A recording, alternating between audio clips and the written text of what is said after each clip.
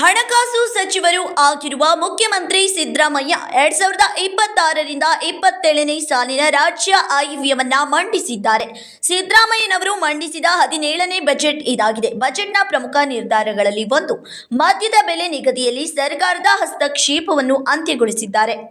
60 ವರ್ಷಗಳ ಹಿಂದಿನ ಕರ್ನಾಟಕ ಅಬಕಾರಿ ಕಾಯ್ದೆಗೆ ಪ್ರಮುಖ ತಿದ್ದುಪಡಿಯನ್ನ ತರಲಾಗಿದೆ. ಮದ್ಯದ ಬೆಲೆ ನಿಗದಿಪಡಿಸುವುದನ್ನು ಮುಕ್ತಗೊಳಿಸಲಾಗಿದೆ. ಅಂದರೆ ಮಾರುಕಟ್ಟೆಯಲ್ಲಿನ ಪೈಪೋಟಿಗೆ ಅನುಗುಣವಾಗಿ ಮದ್ಯದ ತಯಾರಕರೇ ಬೆಲೆ ನಿಗದಿಪಡಿಸಲು ಇನ್ನು ಮುಂದೆ ಅವಕಾಶವನ್ನ ನೀಡಲಾಗಿದೆ.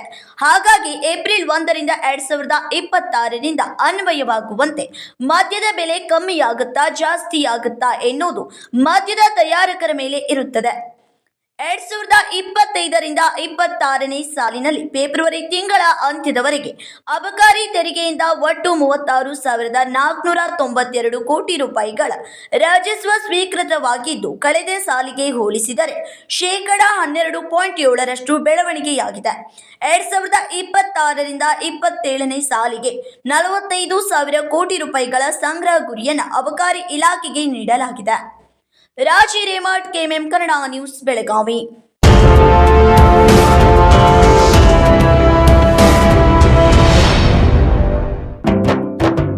जले दीप अंगना में होगी रोशन दुनिया, पलकों तले छा जाए चांद तारों का साया, रंगोली में खिले रंग खुशियों के भी तराने, तन मन झिलमिल जाए हर पल होंगे सुहाने, ये अटूट बंधन खिले हर आशियाना, रंग वस्त्रों का खजाना मन भाए आराधना, आराधना मारुति गली बेलगाम, मन भाए आराधना.